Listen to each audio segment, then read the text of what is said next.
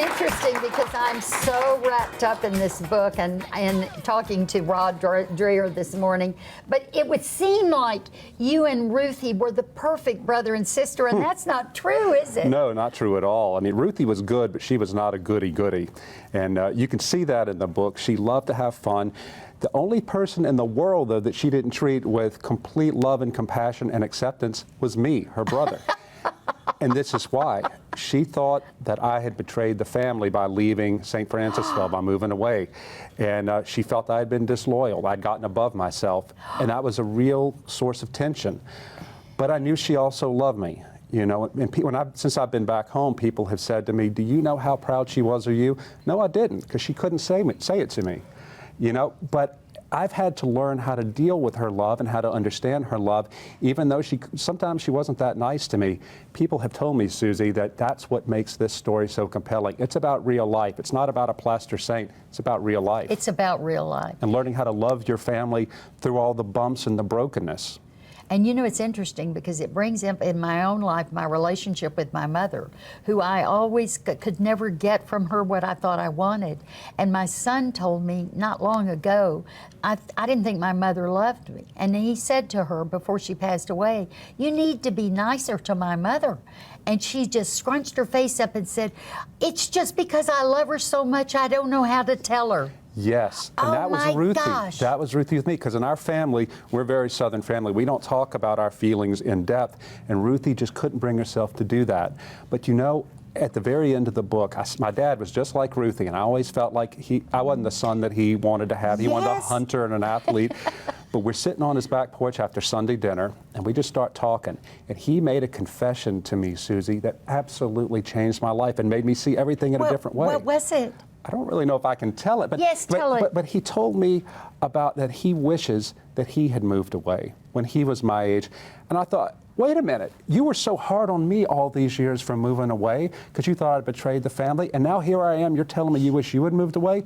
Well, it turns out he had a gift inside, a talent for building things, and he never tested it because he felt like it was his duty to move back to St. Francisville and serve his family and serve the land. And I said, Daddy, I've just moved from Philadelphia and turned my whole life around to move down here for family and land. What am I supposed to make of this? He looked at me and said, his chin is quivering, he's old. He said, that I'm a sorrier man than you. My dad is so proud and just such a big, strong Southern man. And he confessed that I had done the right thing. He said, son, you're free. You know, I had come back this time, though, in love, not out of guilt, but out of love, and it changed my life. You're living there. And so what are you doing with yourself in St. Francisville? Are you writing? What are you doing? You're on a tour, a book tour, right. But then what?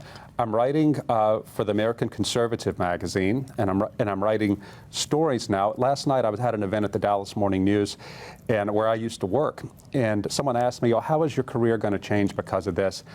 Susie, I'm seeing so many people who come to these events, their lives are being changed by the story of Ruthie and this town and what it means to live in a real community of self-sacrificial love.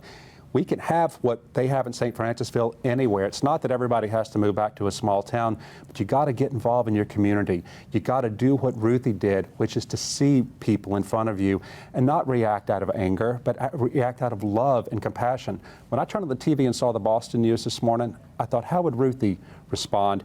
She wouldn't stop and try to figure out why this happened. She would rush to comfort the wounded and help people and build them up. And that's what we're finding people did in Boston. Exactly. We all have it in us to do. We do, but I was always the intellectual brother. I was always theorizing about everything, theorizing about God and philosophy, and Ruthie lived it. She lived it, and I'm trying to live it too. I'm trying to walk the little way of Ruthie Leming. You know what? I like the way you look. You still look like an intellectual. Your hair is kind of cocky like this and these little bitty, these glasses, but you're a deeper man. You're a loving man. You're a changed man because of a sister who was an inspiration to so many people and touched your life and your heart in a way that you can never go back to the old ways. Thank God I can't go back. You can meet Rod tonight at Barnes & Noble in Dallas off Northwest Highway for a book signing at 7 p.m. I want to tell you, go get this book. It is a prize book. Will you come back and see us again? I'd love to. I love Dallas. Okay, we love you too.